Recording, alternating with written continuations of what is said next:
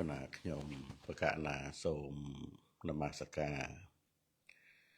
ក្រាបថ្វាយបង្គំព្រះសម្មាសម្ពុទ្ធនិងព្រះធម៌ព្រមទាំងគណៈនៃព្រះសង្ឃជាទីពឹងទីរលឹកស្មើដោយជីវិតសូមគោរពពុទ្ធបរិស័ទទាំងអស់ចាស់ព្រឹទ្ធាចារ្យជាអ្នកចម្រើនដោយវ័យហើយនឹងជាអ្នកចម្រើនដោយគុណមានសីលគុណជាដើមទៀតសូមគោរពអង្គជំនុំព្រះសទ្ធំមានលោកគ្រូពេទ្យជាដើមយើងបន្តការសន្ទនាព្រះធម៌ជាបន្តទៅទៀតដើម្បីជាសេចក្តីចម្រើនណានៅឥន្ទ្រីមានសទ្ធិន្ទ្រីវិរិយន្ទ្រីសត្តិន្ទ្រីសមាធិន្ទ្រីហើយនឹងបញ្ញន្ទ្រីទៅរហូតដល់យើងម្នាក់រៀងខ្លួនហ្នឹងគឺអាចជាក់ច្បាស់នៅអរិយសច្ចធម៌របស់ព្រះដ៏មានពុភៈបានទៅណាធម៌នឹងប្រកបណាសតិសម្បជញ្ញៈណាឬក៏ថាសតិដ្ឋាននឹងក៏ប្រកបឡើងនឹងរលឹកសច្ចធម៌នឹងក៏ប្រកបណាប្រកបដល់យើងទៅរាល់ថ្ងៃសច្ចធម៌មិនប្រកបនឹងដោយសារភ្នែកសម្រាប់ឃើញធម៌បញ្ញាចក្ខុនឹងវាអត់តាមកើតឡើងទេនឹងដូច្នេះហើយយើងម្នាក់ហ្នឹងហាក់ដូចជាថាខ្លួនឯងហ្នឹងវាអត់វង្វេងរឿងអីអញ្ចឹងទេនឹងវាអត់ដឹងថាប្រព្រឹត្តទៅដោយអំណាចអវិជ្ជាហ្នឹងអត់ដឹងទេអត់ដឹងកន្លែងហ្នឹងនឹងព្រោះយើងរស់នៅហ្នឹងយើងមើលអីក៏យើងស្គាល់ដែរយើងអត់ស្គាល់យើងសួរគ្នាអញ្ចឹងទៅណាតែវង្វេងត្រង់ចំណុចមួយហ្នឹងគឺអត់ដឹងថាតែសម្គាល់ថាខ្លួនជាបរិសុទ្ធជាស្ត្រីជាមនុស្សទេវតាហ្នឹងជាការសម្គាល់ខុសជាការយល់ខុសអត់ដឹងត្រង់ហ្នឹងឯងគឺអត់ដឹងថាអ្នកដតីហ្នឹងគឺត្រឹមតែជាខណ្ឌណាការកើតឡើងហ្នឹងវាអត់មែនជាសត្វកើតទេគឺលុះត្រាតែខណ្ឌនឹងកើតឡើងបានមានពាក្យសន្មតហៅថាសត្វថាបុគ្គលណាដូចផ្ទះយ៉ាងណាទេណាលុះត្រាតែវាមានអង្គប្រកបមានសម្ភារៈផ្សេងនឹងមានសសរមានដំបូលមានរនូតរនាបជញ្ជាំងបង្អួចទ្វារអីចឹងទៅហើយបានហៅថាផ្ទះនឹងដោយសារអង្គប្រកបនឹងយ៉ាងណាយើងទាំងអស់គ្នានេះក៏ដូចគ្នាលុះត្រាតែការកើតឡើងនៃខណ្ឌមានទៅមានពាក្យសន្មតហៅថាសត្វនឹងឯងតែដោយសេចក្តីពិតគឺទុក្ខមានតែទុក្ខដែលកើតឡើងណាសង្ខិតទេអ្នកបញ្ចប់បាទានខន្ធាទុក្ខាហ្នឹងមានតែទុក្ខដែលកើតឡើងទេនឹងមានតែទុក្ខទេដែលតាំងនៅមានតែទុក្ខទេដែលប្រែប្រួលទៅធម្មជាតិដតីក្រៅពីទុក្ខហ្នឹងអត់មានអ្វីកើតទេហ្នឹងដូច្នេះវាមានតែការកើតឡើងនៃខណ្ឌធម៌ដែលកើតប្រកបហ្នឹងគឺរូបពោបាទានខណ្ឌនេះមួយវេទនូបាទានខណ្ឌនេះមួយសញ្ញោបាទានខណ្ឌនេះមួយសង្ខារោបាទានខណ្ឌមួយហើយនិងវិញ្ញាណោបាទានខណ្ឌមួយនឹងនៅក្នុងឧបាតិសូត្រព្រះអង្គទ្រង់ត្រាស់សួរទៅព្រះអនន្តប្រសិនបើពួកដេរដ្ឋីនឹងសួរថាតើធម៌អ្វីដែលមានការកើតប្រកបនឹងហើយការដែលតាំងនៅហើយប្រែប្រួលទៅវិញប្រកបប្រសិនបើ ពួកនិក្រនដេរថៃនឹងសួរដូច្នេះហ្នឹងតែព្រះអនន្តហ្នឹងក៏បីឆ្លើយដូចម្ដេចទៀតហ្នឹងបានព្រះអនន្តឆ្លើយដូចខ្ញុំកណារតនាមកមិញហ្នឹងតែប្រសិនបើពួកនិក្រនដេរថៃនឹងសាកសួរថាមនាលវុសោអនន្តធរដូចម្ដេចដែលកើតប្រកាសកាលតាំងនៅហើយប្រែប្រួលទៅវិញប្រកាសបបិទ្ធព្រះអង្គដល់ចម្រើនខ្ញុំព្រះអង្គគប់បីឆ្លើយថារូបណាជាធម្មជាតិដែលមានការកើតឡើងប្រកាសនឹងការតាំងនៅហើយប្រែប្រួលទៅវិញប្រកាសរលត់កើតហើយរលត់ទៅវិញប្រកាសហ្នឹងឯងគឺរូបវេទនាសញ្ញាសង្ខារវិញ្ញាណទៅហើយពុទ្ធបរិស័ទសង្កេតទៅទៀតណាសង្កេតទៅឃើញច្បាស់មែនទៀតដូចសម័យណាភិក្ខុសម័យណាបុគ្គលនឹងសោយនៅសុខវេទនាណាសម័យនោះមិនទទួលរងនៅទុក្ខវេទនាមិនទទួលរងនៅអទុក្ខមសុខវេទនាមនាលអគិវេសនៈសម័យនោះគឺបុគ្គលនោះគឺសោយចំពោះតែសុខវេទនាទេឃើញទេព្រោះហេតុដូច្នោះហើយទៅវេទនានោះមិនទៀងទេព្រោះវេទនាមាន3សុខវេទនា1ទុក្ខវេទនា1អទុក្ខមសុខវេទនា1ហ្នឹងហើយអត់មានចាំបាច់សួរអ្នកណាទេប្រែប្រួលពិតតើទេយើងមើលសោមនស្សតាមផ្លូវចិត្តសម័យណាសបាយចិត្តហ្នឹងសុខតាមផ្លូវចិត្ត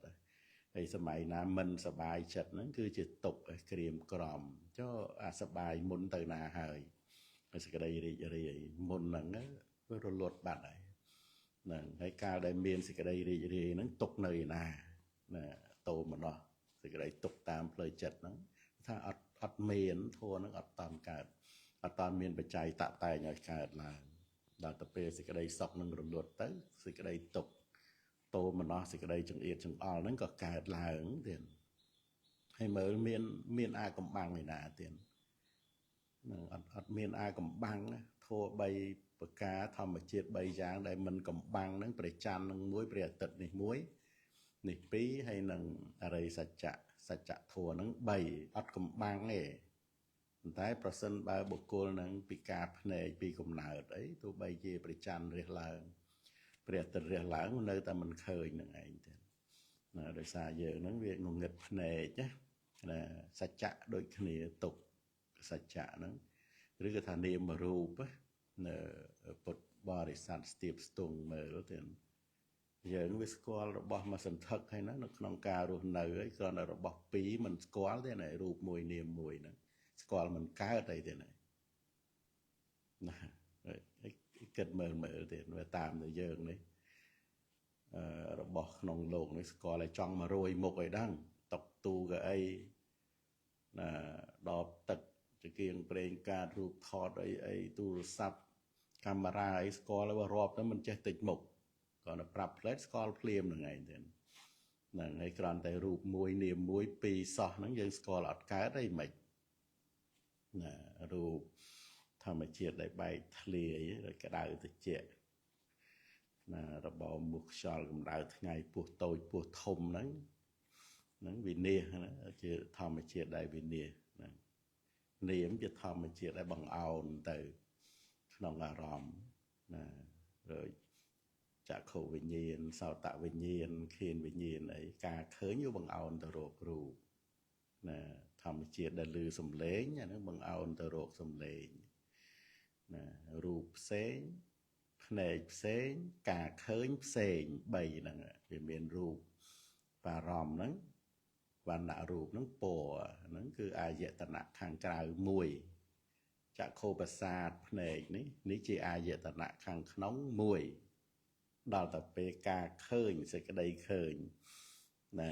សេចក្តីឃើញអាស្រ័យចក្ខុនឹងរូបហ្នឹងដល់នៅការរាប់ថាចក្ខុវិញ្ញាណមួយនេះចក្ខុវិញ្ញាណហ្នឹងវាបង្អោនទៅរករូបពណ៌ហ្នឹងមើលមានបាំងតាណា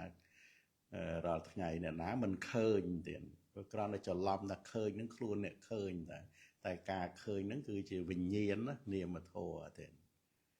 អ្នកណាមិនឮរាល់ថ្ងៃហ្នឹងវាមានតិចមួយមានសម្លេងមួយសម្លេងមិនត្រជាហើយត្រជាក៏មិនមែនសម្លេងដែរហើយ អាស្រ័យទៅជានឹងសំឡេងហ្នឹងសោតវិញ្ញាណហ្នឹងកើតឡើងវិញ្ញាណដែលកើតឡើងអាស្រ័យបច្ច័យណាដល់នៅកិរិយារាប់ដោយបច្ច័យនោះគឺថាណាវិញ្ញាណដែលកើតឡើងអាស្រ័យត្រចៀកនិងសំឡេងដល់នៅកិរិយារាប់ថាសោតវិញ្ញាណសំឡេងមួយផ្សេងខាងក្រៅយើងស្គាល់ហើយណាសំឡេងណាសោតប្រសាទគឺត្រចៀកនេះអាយតនៈខាងក្នុងហ្នឹងមួយវាមានសោតប្រសាទហ្នឹងហើយការឮមួយឮសំឡេងហើយការឮហ្នឹងមិនមែនឮទៅរហូតណានៅពេលដែលសម្រានលក់ឆឹងទៅអត់មានការឃើញការឮទេភ្ញាក់មកបានបន្តទៅទៀតហ្នឹងដូច្នេះត្រង់នេះឯងដែលពុទ្ធបរិស័ទឃើញនាមនិងរូបហើយប្រព្រឹត្តទៅក្នុងទ្វារ6ហ្នឹងភ្នែកតិចច្រមុះអណ្ដាតកាយចិត្តហ្នឹងមានតែនាមនិងរូបនឹងឯងទេអត់មានសត្វបរោះស្ត្រីទេណាមនុស្សទេវតាហ្នឹងមិនមានទេតែការឃើញមានណាមនុស្សអ្នកមើលរូបអត់មានទេតែការឃើញមានដល់ទៅពេលស្លាប់ទៅមិនមែនបាត់មនុស្សទេគឺលែងឃើញនឹងឯងរលត់មិនវិលត្រឡប់មកក្នុងជាតិកំណើតមួយនឹងលែងលឺនឹងឯងលែងធំក្លិនលែងទទួលលិតរសលែងប៉ះពាល់ដឹងក្តៅត្រជាក់អីហ្នឹងលែងដឹងនៅរឿងរ៉ាវដឹងនៅធម្មអារម្មណ៍លែងមានណាវិញ្ញាណនឹងទៅប្រះអាយុនឹងក៏ទៅប្រះភ្លើងធាតុដើម្បីរក្សារូបនឹងកុំឲ្យហើមនឹងក៏រលត់អស់ទៅរូបយើងនេះអត់ហើមដោយសារភ្លើងធាតុរក្សាទៀតតែបានជាអត់ហើមដល់ពេលភ្លើងធាតុរលត់អស់ទៅហើមប៉ោងរលួយទៅតែម្ដងទៀតនឹងដូច្នេះយើងជាក់ច្បាស់នាមនឹងរូបប៉ុណ្ណឹងគោរពសួរពុទ្ធបរិស័ទមើលទៀតតែពីរឯណាយើងរាល់ថ្ងៃវាស្គាល់របស់ច្រើនពេកហើយទៀតហ្នឹងប៉ុន្តែឥឡូវស្គាល់តែពីរឯពីចុងសក់ដល់បាតជើងហ្នឹងចិត្តមែនតែនទៀតចាំបាច់ទៅរកឯណាទេវាមានរូបមួយនាមមួយហ្នឹងហើយដែលចិត្តបំផុតហ្នឹងតាមផ្លូវភ្នែកនេះឯងឃើញបានសង្កេតបានតាមផ្លូវតិចនេះឯងតាមផ្លូវច្រមុះយើងមើលច្រមុះវាមានក្លិនមួយ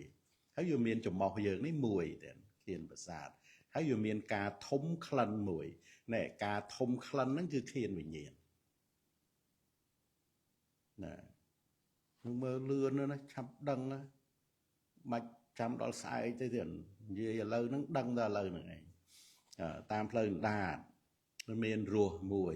ដែលយើងធ្លាប់បរិភោគហ្នឹងរក្សាអារម្មណ៍គឺរសជូរប្រៃល្វីងហឹលហ្នឹងមើលមានអ្នកណាមិនដឹងទេអីមានអណ្ដាតជីវហាប្រសាទហ្នឹងអញ្ចឹងណាមកសៀនគង់ដឹងដែរទេណាពីរហ្នឹងនាមនឹងរូបការដឹងសមាទិដ្ឋិហ្នឹងធ្វើខ្លួនឲ្យទៅជាអរិយៈទៅជាបុគ្គលប្រសើរហ្នឹងហើយនឹងជីវហាវិញ្ញាណមានន័យថាការលិតភ្លក់រស់ណាសេចក្តីដឹងលិតភ្លក់រស់ហ្នឹងអាស្រ័យអណ្ដាតហើយនឹងរស់ហ្នឹងឯងដូច្នេះធัว3ហ្នឹងផ្សេងគ្នាណាជីវហាប្រសាទមួយរស់នឹងមួយមើលផ្សេងគ្នាដាច់ចែកហ្នឹងណាហើយការលិតរស់នឹងមួយយើងមើលតែមានច្រឡំគ្នាអីណាដោយឧបមាថាទឹកយើងដាក់ក្នុងដបអញ្ចឹងដបផ្សេងទឹកផ្សេងអាផ្លាកយីហោហ្នឹងផ្សេងគម្របផ្សេងអត់មានច្រឡំគ្នាទេណាហើយតាមផ្លូវកាយក៏ដូចគ្នាណាកាយប្រសាទកាយខាងក្នុងហ្នឹងមួយផតពៈវាមានរឹងវាមានទន់មានក្តៅត្រជាក់ហ្នឹង3ហ្នឹងណាផតពៈអារម្មណ៍ហើយនឹងការដឹងតាមផ្លូវកាយនេះប៉ះពាល់សម្ផស្សណារឹងទន់ក្តៅត្រជាក់កម្រើកតឹងហ្នឹងកាយវិញ្ញាណហ្នឹងមួយ3ហ្នឹងដាច់ដោយឡែកពីគ្នាច្បាស់ចែកហ្នឹងទេហ្នឹងហើយតាមមโนទ្វាតាមផ្លូវចិត្តហ្នឹងមួយវាមានមโนខាងក្នុងនេះមួយហ្នឹងហើយអារម្មណ៍របស់មโนវិញ្ញាណហ្នឹងនៅរឿងរ៉ាវដែលវាមិនប្រកបតាមទ្វាទាំង5ខាងដើមនេះវាមិនប្រកបតាមភ្នែកទៅជាចំហអណ្ដាតកាយនេះដោយអមថាយើងកំពុងសន្ទនាហ្នឹងទៅយើងឮសំឡេងប៉ុន្តែដែលដឹងថាលោកគ្រូអ្នកនិយាយហ្នឹងអាហ្នឹងមិនមែនដឹងតាមផ្លូវតិចទេព្រោះតាមផ្លូវតិចវាដឹងតែសំឡេងទេតែតាមរយៈការសំឡេងតាមរយៈការឮសំឡេងហ្នឹងដល់តែដឹងថាលោកគ្រូ កំពុងសម្ដែងធัวប៉ុន្តែមានឃើញលោកគ្រូទេនៅផ្ទះរៀងខ្លួនហ្នឹងតែថាឃើញតាមឡាយចឹងទៅរូបហ្នឹងលោកគ្រូផ្សេងហ្នឹងណាអញ្ចឹងអាការដឹងហ្នឹងអាការដឹងតាមផ្លូវចិត្តហ្នឹងគឺមโนវិញ្ញាណហើយអារម្មណ៍ដែលដឹងតាមផ្លូវចិត្តហ្នឹងឯងតាមមโนទ្វាហ្នឹងគឺធម្មារម្មណ៍ដូច្នេះអារម្មណ៍វាមាន6វាមានរូបារម្មណ៍សត្ទារម្មណ៍កន្ធារម្មណ៍រក្សារម្មណ៍ផតពារម្មណ៍ហើយនឹងធម្មារម្មណ៍ហ្នឹងអាយតនៈខាងក្រៅ6អាយតនៈខាងក្នុង6ហើយនឹងវិញ្ញាណកាយ6នេះវាមានចក្ខុវិញ្ញាណសោតវិញ្ញាណឃានវិញ្ញាណជីវហាវិញ្ញាណកាយវិញ្ញាណហើយនឹងមโนវិញ្ញាណនេះឈ្មោះថាវិញ្ញាណកាយ6ហ្នឹងហើយធัวហ្នឹងប្រជុំគ្នាក្នុងទ្វានីមួយ3ហ្នឹងមកវាបានទៅជាធាតុ18ហ្នឹងចក្ខុធាតុរូបធាតុចក្ខុវិញ្ញាណធាតុណាសោតធាតុសត្យធាតុសោតវិញ្ញាណធាតុណាឃានធាតុគន្ធធាតុឃានវិញ្ញាណធាតុជីវហាធាតុរក្សាធាតុជីវហាវិញ្ញាណធាតុកាយធាតុផោថពធាតុកាយវិញ្ញាណធាតុមโนធាតុធម្មធាតុហើយនឹងមโนវិញ្ញាណធាតុបាន3 6ដងហ្នឹងបានធាតុ18នេះការត្រាស់ដឹងជាអ្នកមានបញ្ញាច្រើនត្រាស់ដឹងធាតុដោយប្រការផ្សេងទៀតដូច្នេះវាបាត់វាបែកបំបែកអត្តសញ្ញាខាងក្នុងនេះវាបំបែកអាសេចក្តីសម្គាល់ថាសត្វនឹងទៅវានៅតែការសម្គាល់ថាជាធាតុណាដូច្នេះប្រខ័យណាស្របនៅដោយអារម្មណ៍ណាអារម្មណ៍នោះជាធាតុទៀតឃើញទេល្អមែនតើហើយមើលផុតប្រព្រឹត្តទៅវាអត់មានណាសម្គាល់ថាសត្វមានណានេះឯងបុគ្គលមានប្រកដីនៅម្នាក់ឯងទេណានឹងខ្ញុំកណានាំសេចក្តីនៃញាណណាញាណដែលបានលើកមកហ្នឹងគឺទិដ្ឋិវិសុទ្ធិការឃើញនាមរូបណាដល់បរិសុទ្ធហ្នឹងហើយថែមទាំងព្រមទាំងបច្ច័យនឹងទៀតឆ្លងនៅសេចក្តីសង្ស័យទៀតណាហើយបើថាបុគ្គលជាសមថយានិកក៏លោកមានសមថមុនទៅហើយយើងជាវិបស្សនាយានិកក៏ពិចារណាសង្ខារធម៌សុទ្ធទៅនឹងជូនទៅអង្គជំនុំយើងបានបន្តចូលរួមតែមានលោកគ្រូពេទ្យហើយនឹងចាំយើងតចូលទៅក្នុងសមុទយអរិយសច្ចៈសំខាន់ការយើងសន្ទនានេះណាគឺដើម្បីញ៉ាំងនៅបញ្ញន្ទ្រីណាឲ្យចម្រើនឡើងឃើញធัวតាមសេចក្តីពិតទៀតនឹងសូមគោរពអញ្ជើញទៀតណាសូមអនុមោទនាទៀតបាទសាធុដោយសេចក្តីជ្រះថ្លាបាទសូមគោរពអរគុណគ្រូខ្ញុំបាទសូមឱកាសពីលោកគ្រូនិងអង្គជំនុំយើងទាំងអស់គ្នាមួយលើដោយពុទ្ធបរិស័ទយើងទាំងអស់គ្នាដែលបាននឹងកំពុងទេសនានៅតាមឡាយនៅវេលាព្រឹកនេះយើងបានជួបគ្នាម្ដងទៀតជាមួយនឹងការសិក្សាសន្ទនាព្រះធម៌ប្រព្រឹត្តទៅដើម្បីសេចក្តីសុខដើម្បីជាប្រយោជន៍និងដើម្បីរួចផុតចាកទុក្ខគឺនៅក្នុងការសាកឆាសន្ទនាព្រឹកនេះក៏លោកគ្រូលើកសម្ដែងអំពីបរមត្តទេសនាគឺខន្ធាតុអយតនៈជាដើមហ្នឹងដើម្បីឲ្យយើងទាំងអស់គ្នានឹងបានឃើញធម៌ហ្នឹងតាមសេចក្តីពិតថាគឺ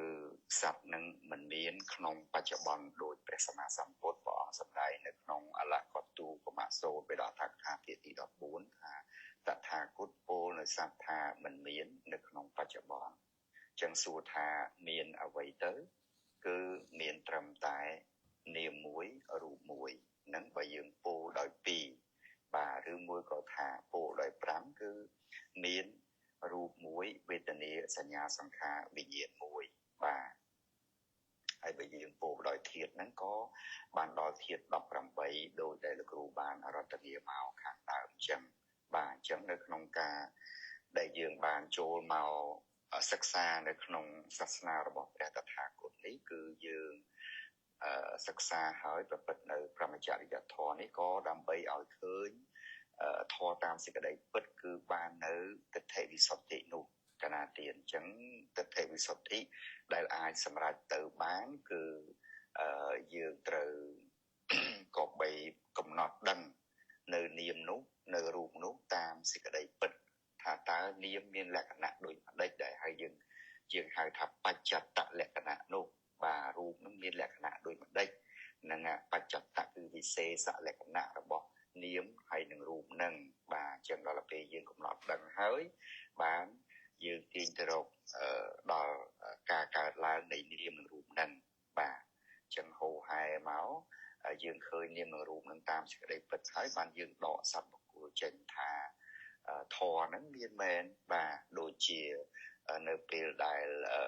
ca sau giờ rõm nà thì mùi cả là chỉ sọc ở đây chỉ tục ở đây bà từ cả là tới có dương khơi thả o thò nắng cứ miên mề bà vận tải mình men sắp mình bọc cuối mình men dưới mình men đã tây tê chẳng hạn đại nơi không bọt trong cào này về tình yêu pasana sẽ tập tham nắng bọn bạn sắp lại thà athe về tình yêu tế athe về tình yêu tế vì banasa sate pacho patita hote bà jivate vẽ nhiên là mata ya padesate mata ya anisatao cha viharate nè cha kenjaloke upatiyate ewampe phekave phekho vetaniso vetanirupasai viharate kana tiền mùi tiết mà ở đấy rồi bỏ phekho núp tròn láo trong phù thả vetanir tiền lại miên men mà miên men con tái mình men sắt mình men bột cối mình men spray mình men bột chia đào cứ vetanir núp còn tại cả là đập bay ở trong rạn bạch nhá đập bay ở trong rạn mà ở đấy bọt nọc và chẳng nơi bây giờ dương khơi chẳng hãy xua thay dương miên sẽ cái đấy bạc can đòi toàn là hà năng tích hệ thiên tài được thế ọt miên nè nè nơi group area bọt chẳng bốn hai con mình bạc kia bạc can là vậy thì túi nơi không lộn tài cái này chẳng nơi bây giờ dương khơi tam sẽ cái đấy bật hỏi có dương nơi chỉ sọc nơi không group area bọt chẳng bốn để ta trộn cùi rồi môi cỏรูปสำเร็จคลันรูปเผาตะเปียได้หมกกันกระลงจากโคตรเฟียเสาตัดเฟียจีได้มันก็ยืนกับนอดดังตามสิ่งใดปิดจังกาเคยทอตามสิ่งใดปิดนั้นคือมันเตินาชายที่ในขนมกายกับบ่อยเยอะนั้นคือในตามเฟียจังประมวยนั่นไอ้บุคคลนะได้บานกรบสังกัดในอารมณ์อย่างไรได้ประกันเฟียจังประมวยนั้นเอาชมุทาจีประเรียจีเดียนจังปนบอสันยังจองบานจีประเรียจีออดจองคลายคลูนจีประเรียจีได้หรือเตบ่านั่งบ่จองคลายคลูจีประเรียจีในขนมเรื่องนี้คือถ้ายังไอ้กลุ่มโครงในรูปสำเร็จคลันรูปประเภทได้บอกกันกึนโลกในทวีนุบ่าเราอีกากำหนดดังตามสิ่งใดเป็นนั่งไงบ่าจับเขียวบาสมการโจรุนเป็นประมาณปันไหนกรุบจูนเตอร์โปสว่างบ่าคณะสาธุสมรุปออกคนครูบางขนมแต่นักชมบ้านก็สมการที่สำนักครูพร้อมแต่ของชุมนุมเปิดเลือดาวจากปฏิชาปวดบอดสัตว์บ้านตุสนาตามหลายเทียนให้ก็สมอนุโมทนีในคาถาขังดามระบอบครูพร้อมแต่ครูแปดเอาสิกระไดชิกาทลาเทียนนะตอนนักขนมการได้ครูมอมในกุทวมอ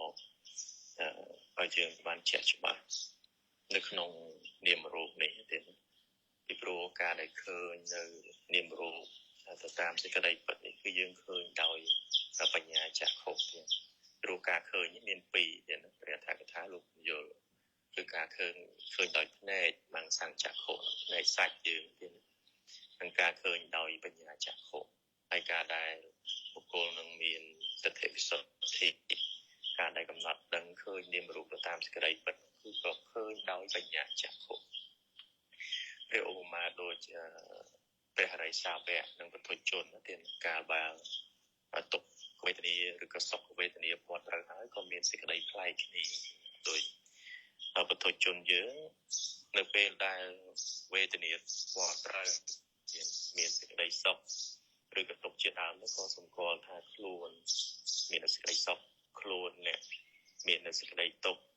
ក៏ប៉ុន្តែអរិយសាវកនៅពេលដែលវេទនាព័ទ្ធត្រូវគឺអត់គិតដូច្នេះទេណាគឺដូចបងទ្រង់ត្រាស់សម្ដែងនៅក្នុងអរហន្តសូត្រទៀតបៃដកថាកថាលេខ24ទំព័រ264ហ្នឹងគឺបងទ្រង់ត្រាស់សម្ដែងមនាភិក្ខុទាំងឡាយសុខន្ទ្រីកើតឡើងព្រោះអាស្រ័យនៅផស្សៈដែលជាបច្ច័យនៃសុខវេទនា បុគ្គលនោះកាលបើដល់នៅសេចក្តីសុខក៏រមែងដឹងច្បាស់ថាអាត្មាអញជាអ្នកដល់នៅសេចក្តីសុខរមែងដឹងច្បាស់ថាសុខន្ទ្រីឯណាកើតឡើងហើយព្រោះអាស្រ័យនៅភាសៈជាបច្ច័យនៃសុខវេទនាកើតអំពីភាសៈនោះតែបុគ្គលបានសោយហើយសុខន្ទ្រីនោះក៏រលត់ទៅសុខន្ទ្រីនោះក៏ស្ងប់រងាប់ទៅព្រោះរលត់ភាសៈជាបច្ច័យនៃសុខវេទនានោះឯងដូច្នេះសម្រាប់ព្រះរិយសាវកជាណាទោះបីជាសុខវេទនាកើតឡើងក៏ដឹងច្បាស់ថាជាសុខវេទនាតែមានបច្ច័យមានភាសៈជាបច្ច័យកើតឡើងហើយការដែលរលត់ទៅវិញក៏ដឹងច្បាស់ថាសុខវេទនានោះអស់បច្ច័យរលត់នៅភាសៈក៏ជាបច្ច័យនាំឲ្យសុខវេទនានោះក៏រលត់ដែរណាដូច្នេះហើយបានព្រះសម្មាសម្ពុទ្ធបងទ្រង់ត្រាស់សម្ដែងអត្ថិវេទនាតិវិបស្សៈសតិបច្ចុប្បរិតាហោតិយេវទេវញ្ញាណមត្តាយៈបដិសតិមត្តាយៈអនិស្សតិចៈអនិស្សតោចៈវិហារតិអ្នកចៈកិញ្ចលោកេឧបាតិយតិអេវំបេភិក្ខវេភិក្ខុវេទនេសុវេទនេនុបស្ស័យវិហារតិមួយទៀតស្មារតីជាគ្រឿងកំណត់នៅវេទនារបស់ភិក្ខុនោះក៏ផ្ចង់ឡើងចំពោះថាវេទនាទាំងឡាយមានមែនគ្រាន់តែជាទីកំណត់ដើម្បីឲ្យចម្រើនប្រាជ្ញាដើម្បីឲ្យចម្រើនស្មារតីប៉ុណ្ណោះភិក្ខុមានចិត្តមិនអាស្រ័យដោយតណ្ហានិងទិដ្ឋិគ្រប់អរិយាបថទាំង4ផងមិនប្រគៀកប្រកាន់អ្វីតិចតួចក្នុងលោកផងនាភិក្ខុទាំងឡាយភិក្ខុពិចារណាឃើញនៅវេទនាក្នុងវេទនាទាំងឡាយជាប្រកបគ្រប់អរិយាបថទាំង4យ៉ាងនេះឯងសាធុទានចឹងខ្ញុំកាលណាខ្ញុំបាទសូមចូលរួមផ្លេចមានប្រមាណប៉ុណ្ណេះលោកគ្រូបាទសូមគ្រប់ជូនទៅបងស្រីដើម្បីបានបន្តទៀតសូមអនុមោទនាសាធុសូមគោរពអរគុណបងអូនខ្ញុំបកណានេះខ្ញុំសូមឱកាសពីលោកគ្រូព្រមទាំងអង្គជំនុំនិងពុទ្ធបរិស័ទទាំងអស់ដើម្បីបានឱកាសចូលរួមពោលនៅពធទានកណាទានមុននឹងបានចូលរួមពោលក៏សូមអនុមោទនានៅធម្មកថាខាងដើមរបស់លោកគ្រូដែលមានសេចក្តីពិរោះយ៉ាងក្រៃលែងនឹងការចូលរួមរបស់លោកគ្រូពេទ្យសុខព្រមទាំងប្អូនសវណ្ណដោយសេចក្តីជ្រះថ្លាទានគណៈទានដូច្នោះលោកគ្រូបានបើកបង្ហាញឲ្យយើងបានធ្វើទុកក្នុងចិត្តឲ្យបានឃើញនៅនាមរូបតាមសេចក្តីពិតគឺថារបស់មិនកំបាំងដោយលោកគ្រូមានប្រសាសន៍អញ្ចឹងគឺថាមាន3យ៉ាងមានព្រះច័ន្ទព្រះអាទិត្យនិងរិយសច្ចៈនេះបានដល់សច្ចៈណាគឺអត់កំបាំងទេក៏ប៉ុន្តែវាទាស់តែបុគ្គលយើងហ្នឹងមានភ្នែកងងឹតពីកំណើតហ្នឹងសូម្បីតែម្ដងក៏អត់បានឃើញដែរ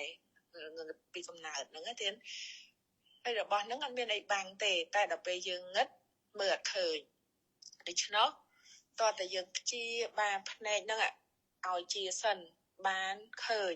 លុះត្រាតែបញ្ញាចក្ខុកើតគឺថាយើងពោលបានយើងពោលថានាមរូបហើយយើងពោលតាមបញ្ញានៃការស្ដាប់ព្រះសទ្ធម្មជាសុត្តមយៈបញ្ញាហ្នឹងគឺពោលដូចឃើញមែនតែនដូច្នោះដែរក៏ប៉ុន្តែរឿងឃើញមិនឃើញធម៌នោះគឺជាសន្តិដ្ឋិកោធម៌នោះគឺដឹងដោយខ្លួនឯងមិនមែនអ្នកដតីប្រាប់ថានឹងអ្នកឯងឃើញនាមរូបហើយបើតាមតកាពោលហ្នឹងក៏ប៉ុន្តែយើងអត់ឃើញយើងពោលតាមការស្ដាប់ព្រះសទ្ធម្មហ្នឹងគឺដូចការឃើញដូច្នោះដែរតែរឿងសំខាន់យើងបានសិក្សាហើយនៅក្នុងនាមដូចម្ដេចរូបដូចម្ដេចនៅក្នុងខច្ចនិយសូត្រឯហ្នឹងយើងសិក្សាដែលព្រះអង្គសម្ដែងពីបច្ចតលក្ខណៈឬក៏វិសេសលក្ខណៈរបស់ឧបាទានខណ្ឌទាំង5ហ្នឹងណាប៉ុន្តែយើងយល់ភ្ជញ្ជនៈហើយយើងយល់អត់ហើយតែយើងបានតាមសង្កេតធម៌នោះដែរឬទេសំខាន់បំផុតគឺយោនិសោមនសិការៈបើខ្វះយោនិសោមនសិការៈហើយគឺអត់អាចកើតបានទេយើងឃើញអាហាររបស់សមាទិដ្ឋិទេអាហាររបស់សមាទិដ្ឋិហ្នឹងគឺមានអង្គប្រកប2គឺថាសមាទិដ្ឋិហ្នឹងកើតឡើងបានដោយហេតុ2យ៉ាងនោះទី1គឺបរតោខោសៈ ស្ដាប់ពីអ្នកដទៃគឺស្ដាប់នៅព្រះសទ្ធំស្ដាប់ហ្នឹងគឺស្ដាប់ព្រះសទ្ធំទៀតមិនមែនស្ដាប់អសទ្ធំឬក៏សទ្ធំបដិរូបទេទៀតហើយទី2អង្គប្រកបខាងក្នុងហ្នឹងគឺយោនិសោមនសិការៈបានសមាធិហ្នឹងកើតឡើងតែយើងស្ដាប់មែនបើប្រសិនបើអត់មានយោនិសោមនសិការៈទេគឺអត់អាចកើតឡើងបានទេធម៌ហ្នឹងទេណាដូច្នោះត្រូវតែមានយោនិសោមនសិការៈហ្នឹងជាសំខាន់ដូចនៅក្នុងបសូតតែព្រះអង្គសម្ដែងពីយោនិសោមនសិការៈហ្នឹងសព្វាសវៈសង្វរៈសូត្រហ្នឹងគឺនៅក្នុងអត្ថកថាលោកបញ្យល់ពីយោនិសោមនសិការៈហ្នឹងមាន2គឺថាយោនិសោមនសិការៈហ្នឹងបានដល់ធ្វើទុកក្នុងចិត្តដោយឧបាយការធ្វើទុកក្នុងចិត្តត្រូវគឺនឹកការបង្អោននឹកការចងចិត្តការដាក់ចិត្តការធ្វើទុកក្នុងចិត្តក្នុងអនិច្ចសញ្ញាជាដើមដោយន័យជាដើមថាមិនទៀងឬមួយទៀតយោនិសោមនសិការៈនឹងលោកពោលដល់វិបស្សនាតែម្ដងដែលថាដោយសច្ចានុឡោមមិកញ្ញាណហៅថាយោនិសោមនសិការៈអញ្ចឹងដោយន័យ2យោនិសោមួយនោះគឺជាការតម្កល់ចិត្តមួយទៀតគឺជាញាណតែម្ដងគឺជាវិបស្សនាញាណហ្នឹងតែម្ដងដូច្នោះយើងទាំងអស់គ្នាហ្នឹងគឺខំប្រឹងប្រែងតើតើយើងប្រកបអង្គនឹងឲ្យគ្រប់បានធម៌នឹងកើតឡើងព្រោះយើងតែងតែស្ដាប់ពធព្រះអង្គសម្ដែងធម៌ទាំងឡាយមានហេតុជាដែនកើតតែហេតុអត់គ្រប់អត់កើតទេដូចនៅក្នុងបសូតវសាសូតហ្នឹងក៏ព្រះអង្គបានសម្ដែងធម៌រឿងធម៌មួយបំពេញធម៌មួយហ្នឹងលុះត្រាតែរឿងដំណក់ទឹកភ្លៀងដែលធ្លាក់ពីលើកំពូលភ្នំហ្នឹងហើយធ្លាក់មក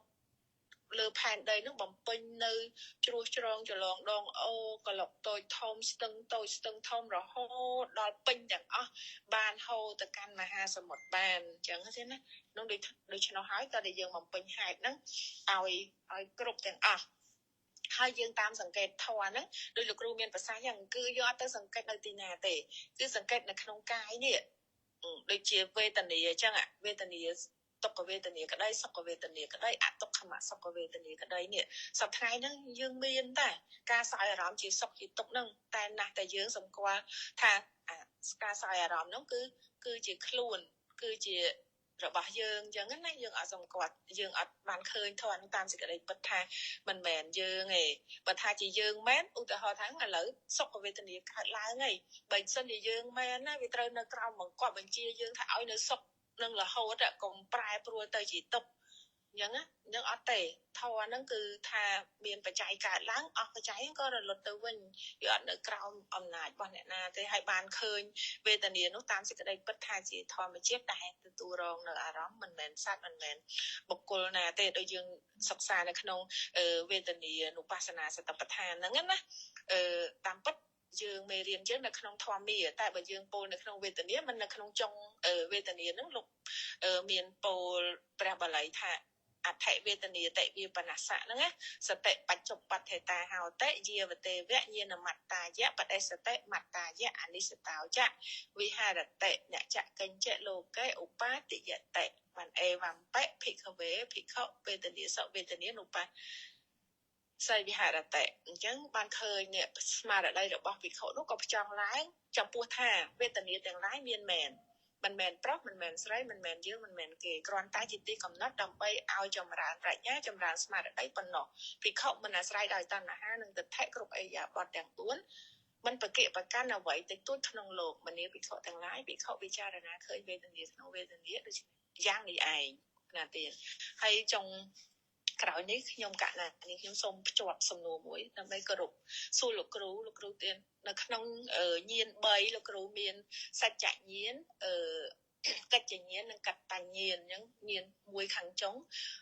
អត់សួរទេព្រោះនៅក្នុងលោកកតរៈតែសួររឿងញាណមួយខាងដើមសច្ចញាណហ្នឹងលោកគ្រូដែលថាយោគាវិចតនោះដឹងសមុទយៈដឹងនិរោធដឹងមគ្គតើសច្ចញាណហ្នឹងលោកសង្គ្រោះយកក្នុងវិបស្សនាសុទ្ធឬក៏ថាដោយមានសត្តមយៈបញ្ញានៅក្នុងនឹងដែរលោកគ្រូចាអញ្ចឹងខ្ញុំកណាសូមឱកាសចូលរួមជាមួយលោកគ្រូព្រមទាំងអង្គជំនុំនឹងពុទ្ធបរិស័ទបានប្រមាណប៉ុណ្ណេះទៀតកិច្ចបន្តគ្រប់ជូនកម្មវិធីទៅញាតិយើងបន្តទៀតសូមគ្រប់អរគុណ ចាសាធុទាននេះខ្ញុំសូមឱកាសអំពីលោកគ្រូព្រមទាំងអង្គជំនុំនិងពុទ្ធបរិស័ទទាំងអស់បានចូលរួមនៅក្នុងព្រះធម៌ចាអញ្ចឹងការសិក្សាក៏ដូចជាការស្ដាប់ការសន្ទនាកន្លងមកហ្នឹងគឺដើម្បីឲ្យ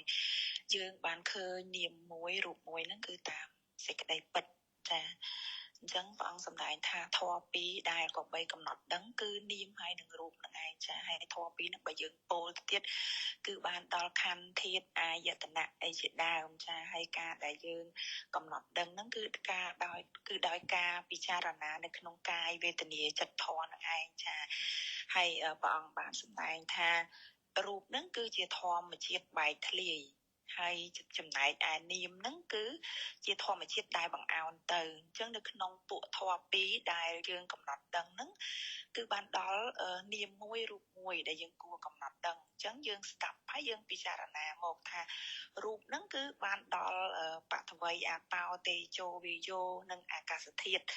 ហើយចំណែកឯចុងក្រោយហ្នឹងគឺវិញ្ញាណដ៏បរិសុទ្ធចាដែលជាធម្មជាតិដឹងច្បាស់នៅអារម្មណ៍ឬក៏ថាធម្មជាតិដែលដឹងនៅសុខខ្លះទុក្ខខ្លះមិនសុខខ្លះមិនទុក្ខខ្លះអញ្ចឹងរាល់ថ្ងៃហ្នឹងគឺយើងមាន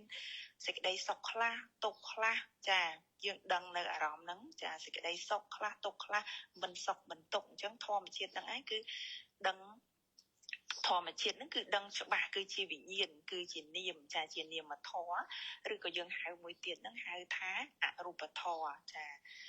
ចំណែកឯយើងពិចារណាទៅលើមានន័យថាយើងពិចារណាទៅលើធាតុ18ឧទាហរណ៍ថាយើងពិចារណានៅក្នុងធាតុ18ដោយដែលព្រះអង្គសម្ដែងថានៅក្នុងមានចក្ខុធាតុរូបធាតុចក្ខុវិញ្ញាណធាតុចាតាមផ្លូវភ្នែកហ្នឹងគឺមានចក្ខុធាតុរូបធាតុចក្ខុវិញ្ញាណធាតុចាវិញ្ញាណណាដែលកើតឡើងនៅអាស្រ័យចក្ខុនឹងរូបដល់នៅកិរិយារាប់ថាជាចក្ខុវិញ្ញាណអញ្ចឹងតាមផ្លូវភ្នែកហ្នឹងយើងមើលគឺមានចក្ខុមានរូបនិងមានចក្ខុវិញ្ញាណចក្ខុហ្នឹងគឺជារូបហើយរូបារម្មណ៍ហ្នឹងគឺជារូបឯចក្ខុវិញ្ញាណហ្នឹងគឺការដឹងច្បាស់ដោយសារភ្នែកហ្នឹងគឺដឹងដោយសារភ្នែកហ្នឹងបានដល់បានមានការឃើញដូច្នេះហើយការឃើញនេះឯងគឺជានាមធម៌នេះគឺជាការកំណត់ដឹងនាមនិងរូបតាមធាតុ18ចាអញ្ចឹងនេះខ្ញុំសូមឱកាសចូលរួមនៅក្នុងពធមានប្រមាណប៉ុណ្ណេះហើយក៏សូម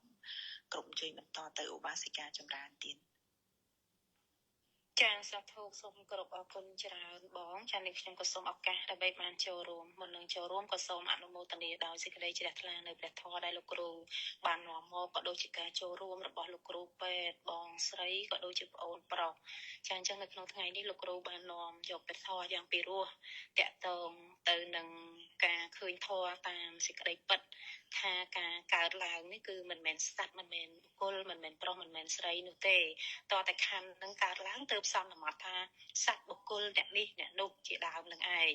យ៉ាងណាមិញដោយដែលលោកគ្រូនាំមកអញ្ចឹងធម៌3ដែលអត់កំបាំងទេជាក់ស្ដែងពុទ្ធបរិស័ទអាចសម្គាល់បានមានព្រះច័ន្ទព្រះអាទិត្យហើយនិងអរិយសច្ចៈប៉ុន្តែបើសិនជាបុគ្គលនោះពីកំណើតមកអានឹងគឺអត់អាចឃើញបានមែនប៉ុន្តែនេះនាមរូបនេះដែលនៅចំពោះមុខយើងដែលប្រកាសចំពោះមុខយើងច្បាស់ដែលយើងគួរតែអាចឃើញបានណាទេណាមិនគួរណាយើងមិនអាចឃើញយើងពិចារណាមើលទៅរូបគឺជាធម្មជាតិដែលបែកធ្លាយហ្នឹងហើយគឺមហាភូតរូបហើយនឹងឧបាទេយរូបហ្នឹងឯងហើយចំណែកឯនាមហ្នឹងគឺជាធម្មជាតិដែលបង្អោនទៅក្នុងអារម្មណ៍មានវេទនាសញ្ញាចេតនាភាសៈមនសិការៈហ្នឹងហើយហ្នឹងជានាមអញ្ចឹងចែកដាច់ពីគ្នាពីរហ្នឹងអត់មានច្រឡំច្រឡូវគ្នាទេចាអញ្ចឹងមិនគួរណាយើងមិនអាចមើលឃើញមិនអាចឃើញបានណាយើងគួរតែព្យាយាមធ្វើយ៉ាងណាឲ្យបានឃើញសរុបមកមានន័យថាកាយយើងនេះឯងតាំងពីចុងសក់ដល់បាតជើងគឺមានត្រឹមតែនាមនឹងរូបទេមិនមានសត្វមិនមានបុគ្គលមិនមានស្រីមិនមានប្រុសទេដោយដែលព្រះអង្គទ្រង់ត្រាស់សម្ដែងថាអដ្ឋិកាយោតិវិបនស្សៈសតិបច្ចុបតិតាហោតិយោទេវញាណមត្តាយៈបដិសតិមត្តាយៈអនិសតោចវិហរតិអ្នកចកញ្ចៈលោកេឧបាតិយតិអេវំពេភិក្ខវេភិក្ខុកាយេកាយានុបស្ស័យវិហរតិមួយទៀតស្មារតីរបស់ភិក្ខុនោះក៏ផ្ចង់ឡើងចំពោះថាកាយនេះមានមែនគ្រាន់តែជាទីកំណត់ដើម្បីឲ្យចម្រើនប្រាជ្ញាដើម្បីឲ្យចម្រើនស្មារតីប៉ុណ្ណោះភិក្ខុមានចិត្តមិនអាស្រ័យដោយតណ្ហានិងទិដ្ឋិ គ្រប់អេរិយាបថទាំង4ផងមិនប្រកេប្រកាន់អ្វីតិចតួចក្នុងលោកផងមនាភិក្ខុទាំងឡាយភិក្ខុគួរពិចារណានៅកាយក្នុងកាយជាប្រកបគ្រប់អេរិយាបថទាំង4យ៉ាងនេះឯងទីការបើឃើញយ៉ាងនេះហើយទេណាក៏រមែងឲ្យយើងទាំងអស់គ្នានឹងនឿយណាយនៅក្នុងសេចក្តីទុក្ខនេះហើយគឺជាផ្លូវនៃសេចក្តីដ៏បរិសុទ្ធអញ្ចឹងយើងព្យាយាមប្រឹងប្រែងធ្វើយ៉ាងណាឲ្យឃើញនៅនាមនឹងរូបនេះចាសេចក្តីទុក្ខប្រកបជារលត់ទៅហើយចាលោកគ្រូនេះខ្ញុំក៏សូមចូលរួមជាប្រមាណប៉ុណ្ណេះជាបន្តក៏សូមគោរពជូនទៅលោកគ្រូចាសូមគោរពអរគុណលោកគ្រូ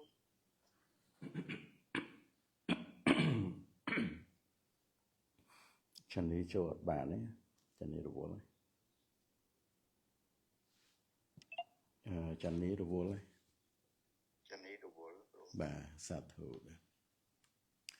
នឹងដូចនេះយើងស្ដាប់មកជុំវិញអរិយសច្ចធម៌នឹងទាននាមរូបនឹងបានឃើញនាមរូបដោយបញ្ញាដល់ប្រពៃតាមសេចក្តីពិតហ្នឹងជាទិដ្ឋិវិសុទ្ធិឬក៏ថាជាយថាភូតញ្ញាណទេសនៈឬក៏ថាជាសម្មាទេសនៈការឃើញត្រូវទៅទោះបីពុទ្ធបរិស័ទ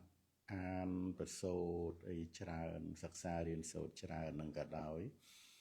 នៅក្នុងប្រសូតខ្លះព្រះអង្គទូមានអប់រំយើងនៅក្នុងប្រយោជន៍បច្ចុប្បន្នអញ្ចឹងទៅទូមានចរិយាមេរយាទក្នុងសិលជាអតិព្រហ្មចរិយកសិលនឹងឲ្យបានល្អហើយប្រព្រឹត្តទៅដើម្បីសេចក្តីស្ងប់រងាប់នៅបញ្ចវេរាមានការសម្លាប់សត្វជាដើមហ្នឹងគឺប្រយោជន៍ដើម្បីមកចម្រើននៅសតិប្បដ្ឋាន4ហ្នឹងដើម្បីឃើញធម៌តាមសេចក្តីពិតហ្នឹងទៀតហើយដល់ការឃើញធម៌តាមសេចក្តីពិតឃើញនាមនឹងរូបហ្នឹងអត្តសញ្ញាញាណហ្នឹងវាមកទម្លាយអត្តសញ្ញាការចាំថាខ្លួនចាំថាសត្វនឹងឬក៏ជាសត្តសញ្ញាដកនៅសេចក្តីសម្គាល់ថាសត្វសត្វតោបលទ្ធិដកនៅសេចក្តីសម្គាល់ថាសត្វនឹងចេញបានរាល់ថ្ងៃវាគេហៅថាវាជាប់នៅក្នុងសេចក្តីសម្គាល់នឹងឯងសញ្ញាហ្នឹងដូចជារោគអញ្ចឹងទេណាសញ្ញានោះដូចជាសមុដ្ឋាននៃរោគអញ្ចឹងណាវាជាប់នៅក្នុងសេចក្តីសម្គាល់ហ្នឹងបានសញ្ញាហ្នឹងវាជាគ្រឿងឲ្យយឺតយូរជាបបញ្ចធម៌សម្គាល់ថាសត្វសម្គាល់ថាខ្លួនអត្តសញ្ញាដល់តែឃើញនាមនឹងរូបហ្នឹងកំណត់បានតាមស្ដាប់ឲ្យសង្កេតមកកំណត់បានពុទ្ធបរិស័ទយើងកំណត់បានទៅវាទំលាយវាកំចាត់វាជំរះដូចយើងដកស្មៅចេញអញ្ចឹងណាដក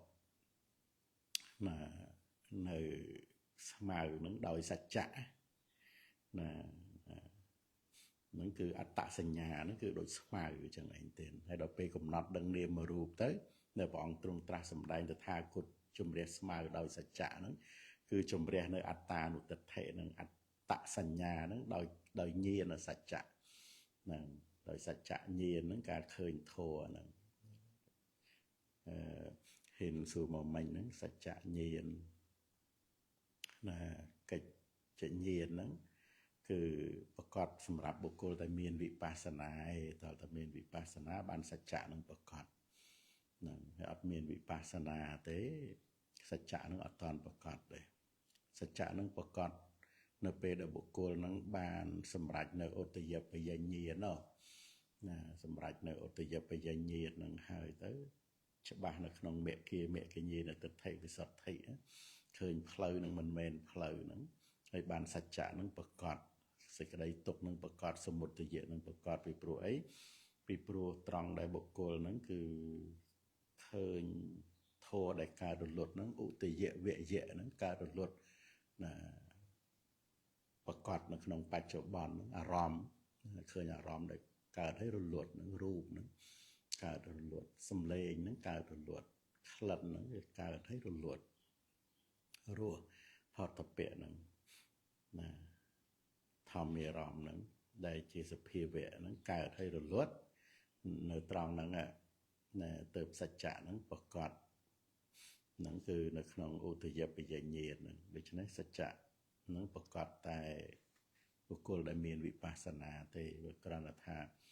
យើងបានស្ដាប់ចងចាំដោយសតមយៈបញ្ញាមកហើយនឹងធ្វើទុកក្នុងចិត្តទៅអាហ្នឹងគ្រាន់តែធ្វើទុកក្នុងចិត្តបានមានសទ្ធាជ្រះថ្លាជឿថាអញ្ចឹងមែនប៉ុន្តែបើអត់តាន់មានវិបស្សនាហ្នឹងកើតឡើងឃើញនាមនឹងរូបតាមសេចក្តីពិតទេសច្ចៈហ្នឹងវាអត់ប្រកបទេសេចក្តីទុកហ្នឹងវាអត់តាន់ប្រកបដោយថាបៀតបៀនណាបៀតបៀនការកើតហ្នឹងគឺជាការបៀតបៀនណាបើកើតឲ្យរលត់ទៅវិញមានចាំបាច់កើតធ្វើអីហ្នឹងដូច្នេះបៀតបៀនត្រង់មាននឹងឯងត្រង់សេចក្តីទុកដែលមានហ្នឹងគឺឈ្មោះថាបៀតបៀនដោយព្រះអង្គទ្រង់ត្រាស់សម្ដែងអញ្ចឹងបុគ្គលមានដៃរមែងបត់ចូលលាចេញបុគ្គលមានជើងរមែងឈានទៅមុខឈានថយក្រោយបុគ្គលមានពោះរមែងឃ្លានហ្នឹងហើយបើសិនជាអត់ពោះបានអីឃ្លានទេហើយបើអត់ដៃអត់ជើងមិនចាំបាច់ហត់បត់ចូលលាចេញអីចាំបាច់ឈានទៅមុខឈានថយក្រោយអីវាទំនេរហ្មងណាទេណាហ្នឹងហើយអារវល់បត់ទៅមុខឈានទៅមុខឈានថយក្រោយរវល់ទំពាហ្នឹងមិនមែនយើងអីហ្នឹងណាជាទុកហ្នឹងហើយយើងវាស្មានតែយើងហ្នឹងនេះបត់ចូលលាចេញអីហ្នឹងឈានទៅមុខឈានថយក្រោយការពិតបើនៅក្នុងកិច្ចទាំងអស់ហ្នឹងវាអត់មែនយើងទេបានយើងឃើញថារវល់ហ្នឹងវាអត់ប្រយោជន៍បងទៀតកន្លែងហ្នឹងឯងដែលអត្ថបៃលណដ្ឋោដោយអត្ថបៀតបៀនណាសច្ចៈហ្នឹងគឺប្រកបចឹងឯងទេនឹងសម្រាប់អ្នកដែលមានវិបស្សនាមានកម្លាំងណាចឹងនៅក្នុងសេចក្តីនេះយើងសន្ទនាឲ្យបានច្រើននៅត្រង់ហ្នឹងទៅនឹងញាតហ្នឹងវាដោះវាដកជាប់មកកន្លែងហ្នឹងវាកាលណាយើងគិតអីហ្នឹងក៏ត្រូវផ្អៀងទៅរកនាមរូបហ្នឹងឯងទៀតតែយើងក្តីអ្នកដតីក្តីប្រមាថថាវាមានការអន់ចិត្តនឹងអ្នកដតីពេលហ្នឹងដូចថាការអន់ចិត្តកើតឡើងនឹងអ្នកដតីហ្នឹងការពិតអារម្មណ៍នៃបដិខៈហ្នឹងវាមិនមែនអ្នកដតីឯណាវាគ្រាន់តែជាអារម្មណ៍មិនได้ហៅថាអារម្មណ៍ពុទ្ធបរិស័ទយល់ពាក្យថាអារម្មណ៍ហ្នឹងវាគ្មានមនុស្សនៅក្នុងហ្នឹងទេដូចយើងយល់សពឃើញដើមឈើមាសហ្នឹងណាអាហ្នឹងវាគ្រាន់តែជាអារម្មណ៍មកកាន់កន្លងសុបិណមโนទ្វារវិថីកន្លងនៃការយល់សពហើយដើមឈើមាសហ្នឹងវាអត់មានទេណែដែលយើងអន់ចិត្តនឹងអ្នកណាហ្នឹងពេលដែលកំពុងអន់ចិត្តហ្នឹងអ្នកនឹងអត់មាននៅក្នុងអារម្មណ៍យើងហ្នឹងទេវាគ្រាន់តែជាអារម្មណ៍ហ្នឹងជាបដិខៈនិមិត្តណាមានន័យថានិមិត្តហ្នឹងដែលវាគួរឲ្យថ្នាំងថ្នាក់តែអ្នកណាដែលយើងអន់ចិត្តយើងកំពុងតែអន់ចិត្តជាមួយហ្នឹងអ្នកហ្នឹងអត់នៅក្នុងអារម្មណ៍នៃបដិខៈហ្នឹងទេហើយយើងរលឹកមកដូចយើងទៅខឹងនឹងអ្នកណាជេរយើងក្នុងយល់សពអញ្ចឹងហើយមានអ្នកណានៅក្នុងយល់សពហ្នឹងយ៉ាងណាអារម្មណ៍ដែលយើងថ្នាំងថ្នាក់ហ្នឹងក៏អត់មានអ្នកណានៅក្នុងអារម្មណ៍ហ្នឹងទេហើយអ្នកនៅខាងក្រៅហ្នឹងមិនមែនអ្នកនឹងឯណាដីទឹកភ្លើងខ្យល់អាកាសធាតុហើយវិញ្ញាណធាតុទេតើតែនេះអត្តសញ្ញាហ្នឹងវាចាប់ថាអ្នកនេះគួរឲ្យខឹងឃើញហើយបដិខៈហ្នឹងវាកើតឡើងទៅហើយនៅខាងក្រៅគឺដីទឹកភ្លើងខ្យល់អាកាសធាតុវិញ្ញាណធាតុតើណាដូចធនីនាំមកមិញអញ្ចឹងទៀត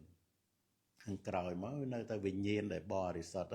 អ្នកណាដែលយើងអន់ចិត្តដែលយើងមិនចូលចិត្តហ្នឹងវាគ្រាន់តែជាអារម្មណ៍នេះដែលសញ្ញាចាំដោយអំណាចនៃអវិជ្ជាហ្នឹងវាសម្ផស្សដោយអវិជ្ជាហ្នឹងអត់ដឹងធម៌តាមសេចក្តីពិតហ្នឹងទេណាហ្នឹងហើយក៏សម្គាល់ថានៅនេះគួរអន់ចិត្តគួរខឹងអីចឹងទៅហើយយើងគិតមើលនៅពេលដែលយើងអន់ចិត្តជាមួយអ្នកណាហ្នឹងអ្នកនឹងនៅណាយើងអង្គុយអន់ចិត្តម្នាក់ឯងសុទ្ធហ្នឹងកន្លែងហ្នឹងដែលភ្ញាក់ខ្លួនណាយើងភ្ញាក់ខ្លួនមកយើងដឹងថាការពិតអ្នកដែលយើងកំពុងតែខឹងហ្នឹងគេអត់បានដឹងថាយើងកំពុងអន់ចិត្តជាមួយគេផងហ្នឹងគេកំពុងសប្បាយចិត្តសំខាន់គេគិតខុសគេថាយើងហ្នឹងកំពុងតែពេញចិត្តគេទៀតផងទៀតឃើញទេដូច្នេះយើងវាវង្វេងណាវាគេហៅថាសញ្ញាហ្នឹងដូចជាថ្ងៃបណ្ដើរកូនណាដោយសម្ផស្សនៃអវិជ្ជាទៀតអវិជ្ជាហ្នឹងវាពាល់ត្រូវអារម្មណ៍ហ្នឹងធ្វើឲ្យសញ្ញាហ្នឹងវិបលាស់ទៅវង្វេងវាអត់មានវិបស្សនាទៀតហ្នឹងដូច្នេះហើយយើងពិចារណាមកតម្រាំតែយើង មានចក្ខុធម្មចក្ខុបញ្ញាចក្ខុកើតឡើងហ្នឹងវាបើកសេចក្តីពិតណាបើកបង្ហាញសេចក្តីពិតសច្ចៈនឹងប្រកបទេណាសន្សំព្យាយាមពុទ្ធបរិស័ទទេដូច្នេះយើងតទៅទៀតទេនៅក្នុងទុក្ខសមុទយៈអរិយសច្ចៈហ្នឹងហេតុដែលនាំឲ្យកើតទុក្ខហ្នឹងក៏មិនមែនជាសត្វបុគ្គលបរិសុទ្ធស្ត្រីតណ្ហាហ្នឹងមានមែនទេនឹងមានមែនដោយអត់ប្រកែកបានទេវាកាមតណ្ហាភវៈតណ្ហាវិភវៈតណ្ហាណាព្រះអង្គទ្រង់ត្រាស់សម្ដែងទុក្ខសមុទយៈហ្នឹងហេតុជាទីកើតឡើងនៃទុក្ខហ្នឹងគឺបានដល់តណ្ហា3គឺកាមតណ្ហាភវៈតណ្ហាវិភវៈតណ្ហាហើយអត្តហ្នឹងគឺបោណោភវិកាហ្នឹងមានវិគ្រោះការធ្វើភពថ្មីឈ្មោះថាភពថ្មីបង្កភពថ្មីជាប្រកដីនៃតណ្ហាព្រោះហេតុនោះតណ្ហានោះទៅឈ្មោះថាបោណោភវិកាមានការឲ្យកើតទៀតជាប្រកដីពាក្យថានន្ទរាគៈសហគតាបានដល់តណ្ហាដែលកើតរួមជាមួយដំរែកសេចក្តីត្រេកត្រអាលណាលោកអធិប្បាយថាដោយអត្ថាតណ្ហានោះគឺនន្ទរាគៈនោះឯងក្នុងពាក្យទាំងឡាយនេះពាក្យថាតត្រតត្រាភិនន្តិនីក្នុងខុសចេញជាអ្នកនេះមួយមិននន្តិនីទេតត្រតត្រាភិនន្តិហ្នឹងគឺសេចក្តីត្រេកអរណោនិងណោជើងតោស្អីភិនន្តិនីចាំកែត្រេកត្រអាលនៅក្នុងអារម្មណ៍នោះមានន័យថាអត្តភាពកើតចំពោះក្នុងទីណាតណ្ហាក៏ត្រេកត្រអាលក្នុងទីនោះពុទ្ធបរិស័ទស្រឡាញ់ខ្លួនណារាល់ថ្ងៃត្រេកត្រអាលរីករាយពេញចិត្តស្រឡាញ់ខ្លួនឯងណាពីចុងសក់ដល់បាតជើងហ្នឹងរីករាយពេញចិត្តហ្នឹងគឺកាមតណ្ហាហ្នឹងហើយស្រឡាញ់អ្នកដតីហ្នឹងណាអាហ្នឹងក៏ជាកាមតណ្ហាហ្នឹងតណ្ហាហ្នឹងគឺមានពិតមែនហ្នឹងក៏ប៉ុន្តែត្រូវឃើញតាមសេចក្តីពិតថាមិនមែនប្រុសមិនមែនស្រីទេសេចក្តីស្រឡាញ់ហ្នឹងមានមែនដំរែកហ្នឹងគឺមានពិតមែនតែមិនមែនជាសត្វបុគ្គលហ្នឹងមានន័យថាតណ្ហាដែលត្រេកត្រអាលនៅក្នុងអារម្មណ៍ទាំងឡាយមានរូបជាដើមហ្នឹងនៅក្នុងទីនោះហ្នឹងអធិប្បាយថាត្រេកត្រអាលក្នុងរូបត្រេកត្រអាលក្នុងសម្លេងក្លិនរសផតពៈធម្មរម្មណ៍នឹងតណ្ហាហ្នឹងប្រព្រឹត្តទៅជាតណ្ហាកាយ6ទេណាហ្នឹងគឺមានកាមតណ្ហាហ្នឹងណាសេចក្តីប្រាថ្នាក្នុងកាមឈ្មោះថាកាមតណ្ហាពាក្យថាតណ្ហានោះជាឈ្មោះនៃសេចក្តីត្រេកអរក្នុងកាមគុណ5កាមតណ្ហាហ្នឹងទេណាហ្នឹងហើយយើងមើលទៅមានពិតប្រកបសេចក្តីត្រេកអរក្នុងកាមគុណ5នៅក្នុងរូបសម្លេងក្លិនរសផតពៈរិយសាវៈថ្នាក់សោតាបានក៏លោកនៅមានកាមតណ្ហាពធុជនហ្នឹងពធុជនល្ងងខ្លៅដែលមិនបានវឹកហាត់អប់រំចម្រើននៅក្នុងសតិប្បដ្ឋានក៏មាននៅកាមតណ្ហាក៏ប៉ុន្តែខុសគ្នាត្រង់សេចក្តីយល់ខុសគ្នាត្រង់សមាទិដ្ឋិនិងមិច្ឆាទិដ្ឋិកាមតណ្ហាកើតឡើងដូចគ្នាតែពធុជនដែលមិនបានស្ដាប់វឹកហាត់ចិត្តនៅក្នុងធម៌របស់ព្រះអរិយៈហ្នឹងរមែងសម្គាល់ថាជាខ្លួនជាប្រុសជាស្រីណាតែសម្គាល់តណ្ហាហ្នឹងគឺជាបុរសការពិតអត់មែនទេណាសម្គាល់ថាតណ្ហាហ្នឹងជាស្ត្រីការពិតតណ្ហាហ្នឹងគឺជានាមធម៌មួយយ៉ាងនឹងជាធាតុណាអត់មែនជាបុរសជាស្ត្រីទេយើងមើលទេកាមតណ្ហានេះមិនមែនមានតែក្នុងមនុស្សទេមិនមែនមានតែក្នុងទេវតាទេសូម្បីនៅក្នុងកំណើតអបាយណាមានសត្វតិរិច្ឆានហ្នឹងក៏មានកាមតណ្ហាមានការសែបកាមសែបមេធនអីដូចមនុស្សចឹងដែរទេវតាអីក៏មានការសែបកាមសែបមេធនដែរនៅក្នុងកាមភពហ្នឹងតែតួកាមតណ្ហាហ្នឹងគឺជាទុក្ខសមុទយៈណាជានាមធម៌ជាទុក្ខសមុទយៈជាហេតុនៃសេចក្តីទុក្ខវានាំឲ្យសេចក្តីសោកសឹកសួលសេចក្តីចង្អៀតចង្អល់ហ្នឹងកើតឡើងព្រោះតែសេចក្តីត្រេកត្រអាលសេចក្តីរីករាយនេះឯងដូច្នេះសេចក្តីចង្អៀតចង្អល់ហ្នឹងវាកើតពីសេចក្តីស្រឡាញ់ណាសេចក្តីសោកសេចក្តីក្រៀមក្រំបរិទេវៈការយំរៀបរាប់ហ្នឹងវាកើតអំពីសេចក្តីស្រឡាញ់ បើសិនជាតណ្ហាហ្នឹងវាអត់មាននៅក្នុងវត្ថុហ្នឹងទេទោះបីជារបស់នោះប្រែប្រួលទៅក៏ដោយក៏សេចក្តីសោកសឹកសួលទុកទោមនោះនិងសេចក្តីចង្អៀតចង្អល់ហ្នឹងកើតអត់បានដែរដូច្នេះបុគ្គលក៏បីយល់ត្រូវថាសេចក្តីទុកហ្នឹងកើតពីសេចក្តីស្រឡាញ់សេចក្តីសោកសេចក្តីសឹកសួលសេចក្តីចង្អៀតចង្អល់ហ្នឹងគឺពិតជាកើតអំពីសេចក្តីស្រឡាញ់មែនប្រសិនបើសេចក្តីស្រឡាញ់មិនមានសេចក្តីទុកក៏មិនកើតឡើងមេទេវតាអិនព្រំណាក៏មិនអាចធ្វើបុគ្គលនោះឲ្យកើតទុកបានដែរនឹងប្រៀបដូចជាមេមិនអាចធ្វើប្រខ័យណាស្របឲ្យកើតទុកបានអញ្ចឹងព្រោះអីព្រោះប្រខ័យណាស្របអស់តណ្ហានឹងហើយហ្នឹងហើយតណ្ហាហ្នឹងគឺអាចអស់បានមែនព្រោះការឃើញធម៌តាមសេចក្តីពិតនឹងឯងដែលនឿយណាយកាលណាបើនឿយណាយហើយចិត្តហ្នឹងក៏ប្រះចាកដំរេចណាហ្នឹងដូច្នេះវាជាធម៌ណាជាធម៌បើសិនជាសត្វបុគ្គលការប្រព្រឹត្តព្រហ្មចរិយធម៌ហ្នឹងអត់សម្រេចទេអត់អាចប្រព្រឹត្តទៅដើម្បីអស់ទុកអស់ទៅនៅសេចក្តីទុកដោយប្រពៃបានទេទៀតពុទ្ធបរិស័ទយើងគប្បីកាន់តែជាក់ច្បាស់កាន់តែភ្លឺច្បាស់ជាមួយនឹងអរិយសច្ចធម៌របស់ព្រះដ៏មានពុភេហ្នឹងហើយបានពុទ្ធបរិស័ទយើងចាប់បានថាអរិយបុគ្គលមានមែនទៀតហ្នឹងអរិយបុគ្គលអរិយព្រះអរិយដែលឃើញធម៌តាមសេចក្តីពិតហ្នឹងគឺមានមែនអ្នកឃើញធម៌ដែលព្រះអង្គទ្រង់ត្រាស់សម្ដែងហ្នឹងគឺមានមែនបានបុគ្គលហ្នឹងដឹងឃើញធម៌ហ្នឹងឯងដែលឃើញព្រះតថាគតដឹងថាព្រះសម្មាសម្ពុទ្ធគឺព្រះអង្គត្រាស់ដឹងដោយប្រពៃមែនព្រះធម៌គឺព្រះដ៏មានពភៈសម្ដែងឲ្យដោយប្រពៃមែនព្រោះយើងបានឃើញធម៌ហ្នឹងតាមសេចក្តីពិតព្រះសង្ឃជាសាវកនៃព្រះដ៏មានពភៈប្រតិបត្តិឲ្យដោយប្រពៃមែននេះឯងណាជាអ្នកពោលពាក្យធ្វើនៅសេចក្តីគោរពចំពោះធម៌ទាំងនឹងបានចាក់ទ្រុះដោយបញ្ញាដោយប្រពៃនឹងទេណាហើយពីនឹងទៅពុទ្ធបរិស័ទពិចារណាមើលនាមនឹងរូបជាធម៌ដែលកើតអំពីបច្ច័យតើវាមានអ្នកណាដែលយើងនឹងថាគួរឲ្យប្រកាន់វាអត់មានបើមានយើងប្រកាន់ទៅតែវាអត់មានណាដូច្នេះហើយបានបណ្ឌិតហ្នឹងជាអ្នកត្រេកអរក្នុងសេចក្តីមិនប្រកាន់ត្រេកអរតែក្នុងសេចក្តីមិនប្រកាន់ណាលះបង់សេចក្តីប្រកាន់ដោយការមិនប្រកាន់ដែលមិនប្រកាន់ហ្នឹងមិនមែនលោកខំប្រឹងទៅមិនប្រកាន់មកទេមកពីលោកដឹងថាសត្វមិនមានក្នុងបច្ចុប្បន្នដឹងច្បាស់មានអ្វីមានតែទុកមានតែនាមនិងរូបដែលកើតឡើងហើយនឹងមានតែហេតុដែលនាំឲ្យកើតទុកគ្រប់គ្នាកើតទុករាល់ថ្ងៃហ្នឹងមកពីទុក្ខសមុទយៈមិនមែនខ្លួនធ្វើដោយខ្លួនឯងមិនមែនអ្នកដតីធ្វើឲ្យហ្នឹងដូច្នេះមានតែទុកហើយនឹងការកើតឡើងនៃទុកហ្នឹងហើយនឹងហេតុជាទីកើតឡើងនៃទុកគឺទុក្ខសមុទយៈហើយពុទ្ធបរិស័ទទៅបន្ទោសអ្នកណាចង់បន្ទោសខ្លួនឯងត្រង់ណាជាខ្លួនចង់បន្ទោសអ្នកដតីត្រង់ណាជាអ្នកដតីបើមានតែនាមនឹងរូបកន្លែងនេះឯងបានពុទ្ធបរិស័ទឃើញផ្លូវខ្សេផ្លូវមិនមានភ័យណាមានដបដើខ្សេដែលចេញចាក់សេចក្តីទុកហ្នឹងទេណា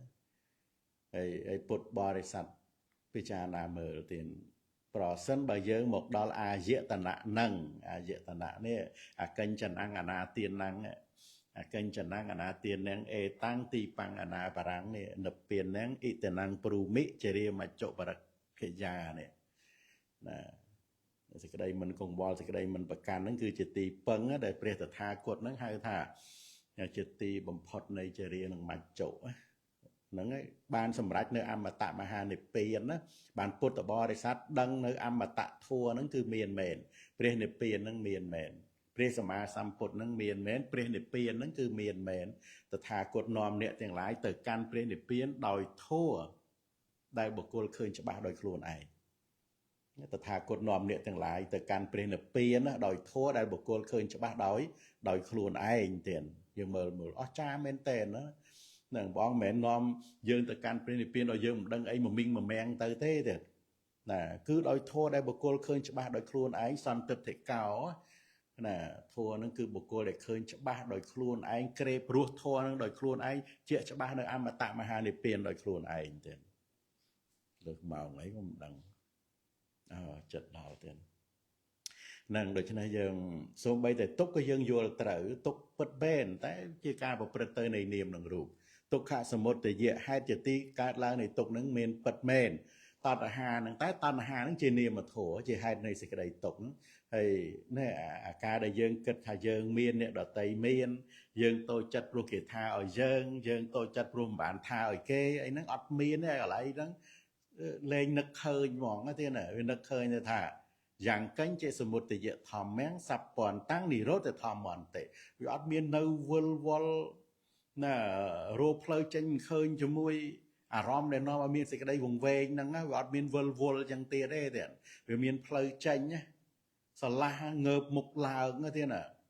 ងើបមុខឡើងមើលអរិយសច្ចធម៌ឈប់យំក្នុងโลกហ្នឹងទេណាឈប់យំអារឿងគេមិនស្រឡាញ់អារឿងអីហ្នឹងឈប់ទៅណាឈប់ឆ្លោះតោះតែងគ្នាអីហ្នឹងក៏លែងទៅតែមានអ្នកណាមិនស្រឡាញ់យើង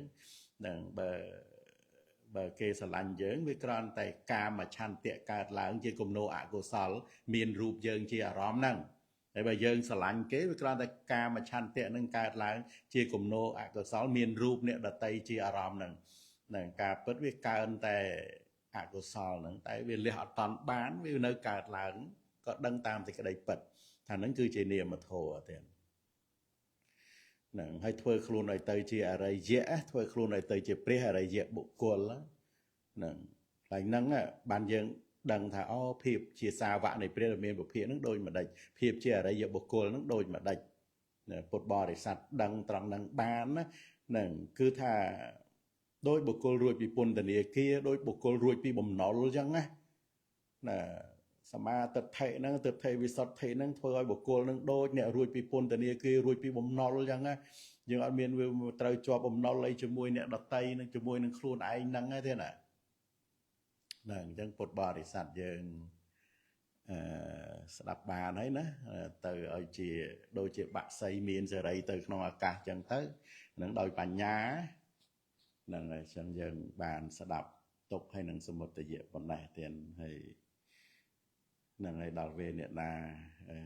សរុបបញ្ចប់ហើយអញ្ជើញសូមគោរពអញ្ជើញអង្គជំនុំយើងទៀតបាទ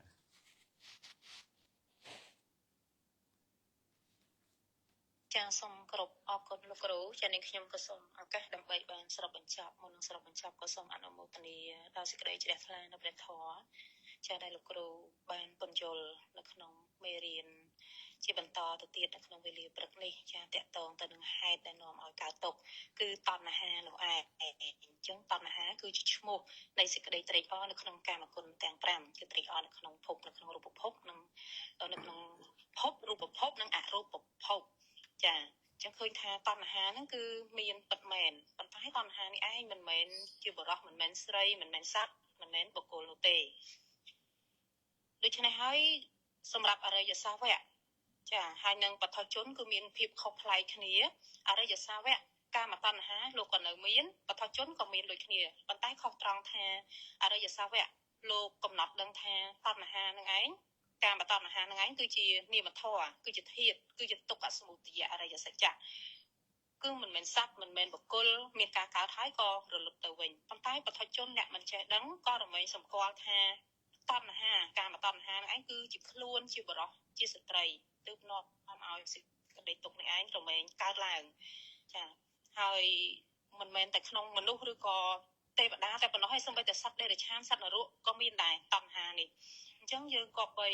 យល់ឲ្យត្រូវនៅសេចក្តីទុក្ខដែលកើតពីសេចក្តីស្រឡាញ់ហើយសេចក្តីស្រឡាញ់ហ្នឹងបើសិនជាមិនមានទេក៏សេចក្តីទុក្ខហ្នឹងមិនអាចកើតមានបានដែរអញ្ចឹងការអស់ទៅនៃតណ្ហាបានព្រោះតែការឃើញនៅធម៌តាមសេចក្តីពិតនោះឯងចាអញ្ចឹងសរុបមកបានន័យថានាមនឹងរូបហ្នឹងគឺកើតពីបច្ច័យគឺមិនមាននរណាមួយឲ្យដូចថាគួរឲ្យប្រកាន់ហ្នឹងហើយមិនគួរប្រកាន់ទៀតទេគឺឲ្យ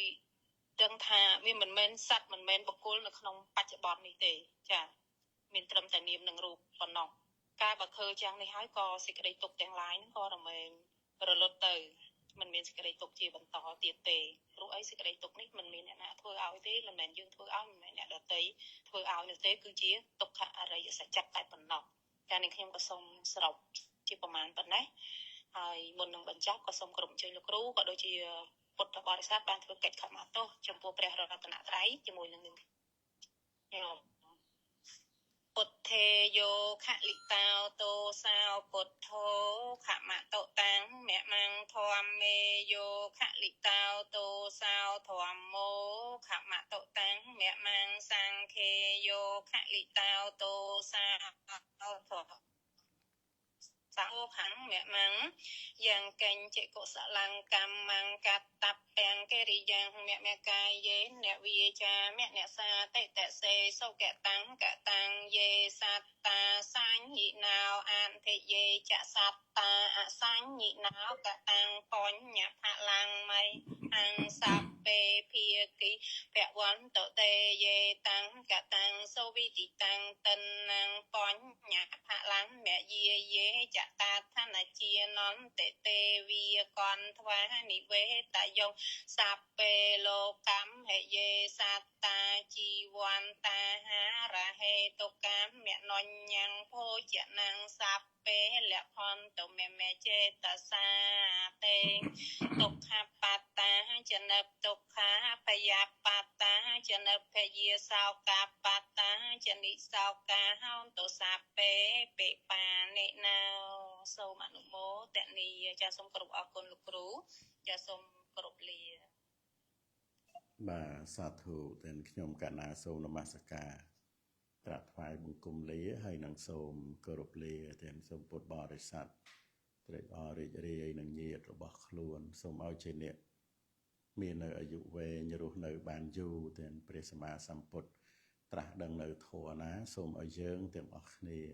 ជាអ្នកមានចំណែកនៃធម៌នោះរបស់ព្រះដ៏មានពុទ្ធិក្នុងកាលដ៏សមគួរទាំងខ្ញុំកណ្ណាសូមនមស្ការក្រាបថ្វាយបង្គំលាហើយនឹងសូមគោរពលាទាំងបាទ